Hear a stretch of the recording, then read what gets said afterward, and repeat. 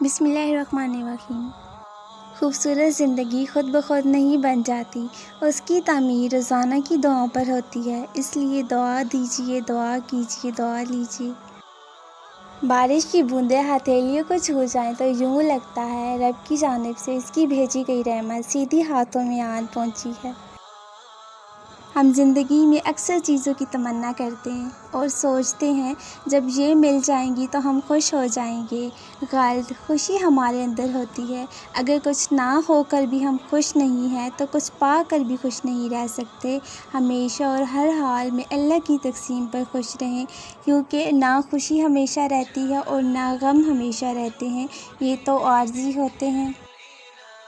زندگی تو سچ میں بہت خوبصورت ہے، مگر ہماری بے جا خواہشات اسے دکھوں، غموں اور تکلیف میں ڈال کر بدنما بنا دیتی ہے اور ہمیں حقیقت سے بھی ناآشنا کر کے الجھنوں کا شکار بنا دیتی ہے، اور ہدایت تو طلب کرنے سے ہی ملتی ہے۔ یا اللہ پاک ہمیں ہدایت کی راہ پر ڈال دے، آمین۔ کوئی نہ کوئی چیز تو مقرر ہوتی ہے نا تمہیں اللہ سے جوڑ دینے کے لیے، اس نے خود کسی نہ کسی چیز کو تمہارے نصیب میں لکھا ہوتا ہے۔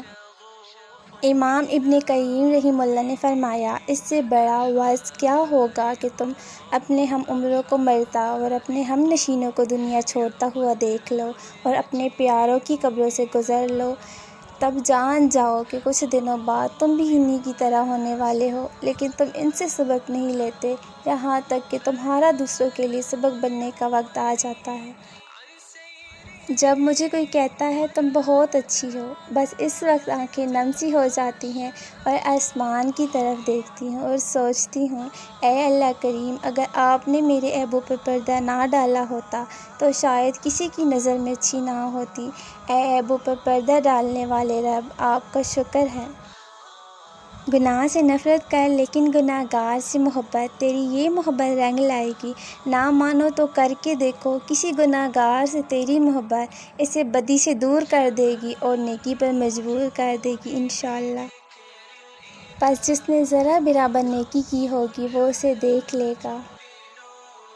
رسول صلی اللہ علیہ وآلہ وسلم نے فرمایا، جو کوئی کثرت سے استغفار کرے گا تو اللہ اس کے لیے ہر تنگی سے نکلنے اور ہر رنج سے نجات پانے کی راہ ہموار کر دے گا اور اسے ایسی جگہ سے رزق عطا فرمائے گا جس کا وہ تصور بھی نہیں کر سکتا۔ رسول اللہ صلی اللہ علیہ وآلہ وسلم نے فرمایا، عائشہ وہ بدترین آدمی ہے جسے اس کی بد کلامی کے ڈر سے لوگ ملنا چھوڑ دیں۔